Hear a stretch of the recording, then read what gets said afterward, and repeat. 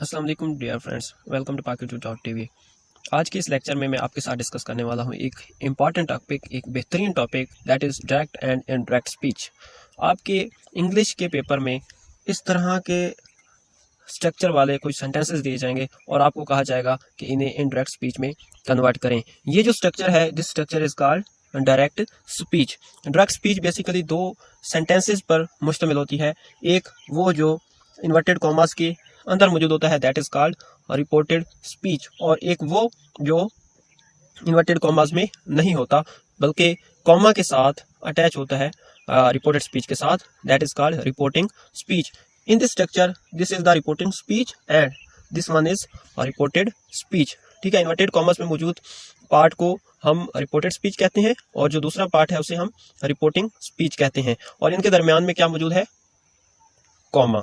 Sometimes ऐसा भी होता है कि रिपोर्टेड स्पीच पहले होती है और रिपोर्टिंग स्पीच जो है ये बाद में होती है। तो रिपोर्टिंग स्पीच जब बाद में होगी तो एंड पे ये कॉमा नहीं बल्कि क्या होगा? फुल स्टॉप होगा। तो इस डायरेक्ट स्पीच के स्ट्रक्चर को हमने इनडायरेक्ट स्पीच में कन्वर्ट करना है। तो इसके लिए हमें क्या करना होगा, ये हम इस वीडियो में कंप्लीट डिटेल के साथ डिस्कस करने वाले हैं। साथ बहुत सारी एग्जांपल्स भी डिस्कस करेंगे और वो एग्जांपल्स आपको डायरेक्ट इनडायरेक्ट स्पीच में जो कन्वर्जन है, मींस डायरेक्ट स्पीच की इनडायरेक्ट स्पीच में जो कन्वर्जन है उसको बहुत ज़्यादा आसान कर देंगे इंशाल्लाह। और मैं आपके साथ कुछ 2-3 ऐसी ट्रिक्स शेयर करूंगा जो ट्रिक्स आपको इस तरह डायरेक्ट स्पीच से इनडायरेक्ट स्पीच में कन्वर्जन को याद करा देंगी कि इंशाल्लाह ये लेक्चर आपके लिए डायरेक्ट इनडायरेक्ट स्पीच समझने के लिए आखिरी होगा। इंशाल्लाह ये लेक्चर सुनने के बाद आपको दोबारा कभी भी डायरेक्ट इनडायरेक्ट स्पीच नहीं भूलेगी। तो वीडियो को स्टार्ट करते हैं, लेकिन इससे पहले एक छोटी सी रिक्वेस्ट कि अगर अब तक भी आपने Pakitoo.tv को सब्सक्राइब नहीं किया तो सब्सक्राइब कर लें और बेल आइकन को प्रेस कर लें ताकि हर एक लेक्चर की नोटिफिकेशन आपके पास बर वक्त पहुँच सके। तो गाइस स्टार्ट करते हैं कि डायरेक्ट स्पीच को इनडायरेक्ट स्पीच में कन्वर्ट करने के लिए क्या रिक्वायर्ड चेंजेस हैं, क्या कुछ करना ज़रूरी है। तो फर्स्ट ऑफ ऑल यहाँ पर मौजूद कॉमा, सबसे पहला काम आपने ये करना है कि रिपोर्टिंग स्पीच और रिपोर्टेड स्पीच के दरमियान जो मौजूद कॉमा है उसको ख़त्म करना है। इस कॉमा को सबसे पहले आपने ख़त्म करना है। ओके, इसके बाद आपने इन्वर्टेड कॉमास को भी ख़त्म कर देना है। लेकिन यहाँ पे एक पॉइंट बड़ा इंपॉर्टेंट है, समझने वाला है कि जब आप इस कॉमा को मींस इस कॉमा को जब आप रिमूव करेंगे तो इस कॉमा को रिमूव करने के बाद कोई स्पेसिफिक वर्ड लगाएंगे। वो क्या वर्ड होगा ये बात हम बाद में डिस्कस करते हैं। और तमाम तर साइंस रिपोर्टेड स्पीच के बाद इन्वर्टेड कॉमर्स के बाद देखें, रिपोर्टेड स्पीच में जो इन्वर्टेड कॉमर्स में मौजूद सेंटेंस है वो सिंपल हो सकता है, नेगेटिव हो सकता है, इसके बाद वो इंट्रोगेटिव हो सकता है, वो एक्सक्लेमेटरी हो सकता है, वो इंपेरेटिव हो सकता है। तो हर एक सेंटेंस के अकॉर्डिंग एंड पे या फुल स्टॉप होगा या साइन ऑफ इंटरोगेशन होगा या साइन ऑफ एक्सक्लेमेशन होगा। तो ऐसे साइंस एंड पे मौजूद होंगे। तो इनका क्या करना है, तमाम तर साइंस खत्म कर दिए जाएंगे। सिर्फ और सिर्फ इनडायरेक्ट स्पीच के एंड पे क्या होगा?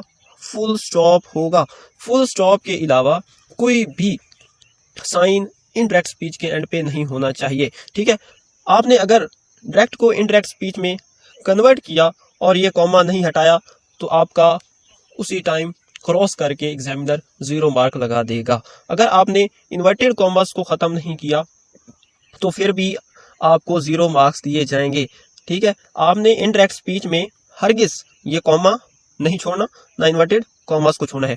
दो ये चीजें, और तीसरी एट द एंड सिर्फ और सिर्फ फुल स्टॉप होना चाहिए। फुल स्टॉप के अलावा कोई भी और साइन नहीं होना चाहिए। अगर आपने इन तीनों चीजों में से कोई भी चीज इनडायरेक्ट स्पीच में छोड़ दी तो इसका मतलब ये है कि एग्जामिनर आपको फौरन क्रॉस करके 0 मार्क देगा। तो आपने ये 3 मिस्टेक्स नहीं करनी। नंबर 1, कॉमा लाजमी हटाना है, कॉमा नहीं छोड़ना। इन्वर्टेड कॉमर्स इनडायरेक्ट स्पीच में हरगिज नहीं होने चाहिए, और इनडायरेक्ट स्पीच में फुल स्टॉप के अलावा एंड पे कोई और sign like sign of interrogation या साइन ऑफ एक्सक्लेमेशन वगैरह नहीं होना चाहिए।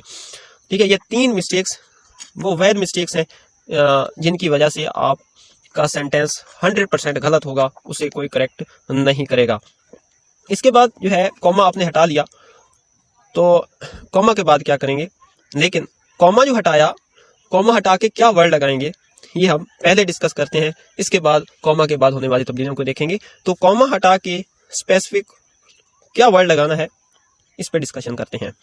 तो कॉमा हटा के कॉमे की जगह पे क्या वर्ड लगाना है ये हमें कौन बताएगा? Sentence in the inverted commas. Inverted commas में मौजूद जो सेंटेंस है मींस रिपोर्टेड स्पीच। क्या है?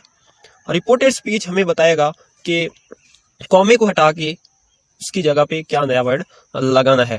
अब देखें, अगर reported speech mean inverted commas में मौजूद सेंटेंस सिंपल और नेगेटिव सेंटेंस है जिनको हम कलेक्टिवली असर्टिव सेंटेंसेस कहते हैं, तो आपने कॉमे को हटा के दैट लगाना है। ठीक है, ये मैं कॉमे को हटा के क्या क्या वर्ड्स लगाने हैं सब के लिए बता दूंगा।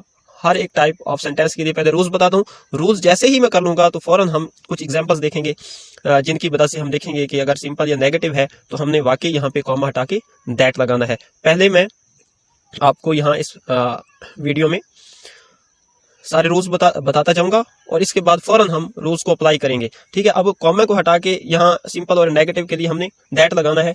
ठीक है, इसके बाद अगर रिपोर्टेड स्पीच इंट्रोगेटिव सेंटेंस हो तो इसके लिए दो केसेस हैं। कितने केसेस हैं? इंट्रोगेटिव के लिए दो केसेस हैं। अगर WH फैमिली हो तो आपने कॉमे को हटा के कोई वर्ड भी इस्तेमाल नहीं करना। You will not use any word when reported speech is an interrogative sentence that belongs to WH family।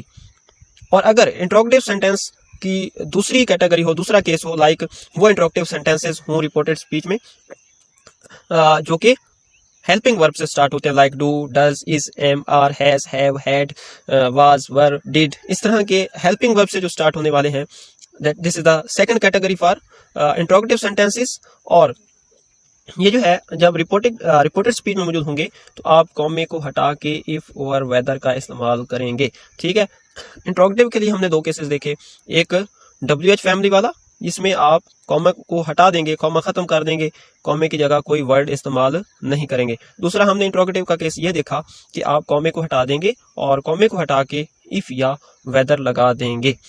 Okay, इसके बाद अगर हम बात करें इंपेरेटिव सेंटेंसेस की, अगर रिपोर्टेड स्पीच इंपेरेटिव सेंटेंस हो तो आप कॉमे को हटा के टू लगाएंगे।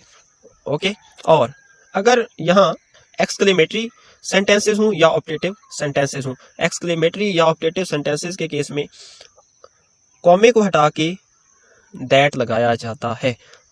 Okay, these were some rules और अब हम इन रूल्स को अप्लाई करते हैं। Here is one sentence, he says you are my brother. You are my brother, this is the reported speech. अब reported speech you are my brother की बात करें तो दिस इज असर्टिव सेंटेंस। ये एक सिंपल सेंटेंस है, positive sentence. तो rule क्या था कि पॉजिटिव सेंटेंस अगर ये होगा तो कॉमे को हटा के क्या लगाएंगे? दैट लगाएंगे। तो हमने यहाँ क्या लगाना है? कॉमे को हटा के दैट लगाना है। और सेकंड एग्जांपल अगर देखें, he says is he your brother.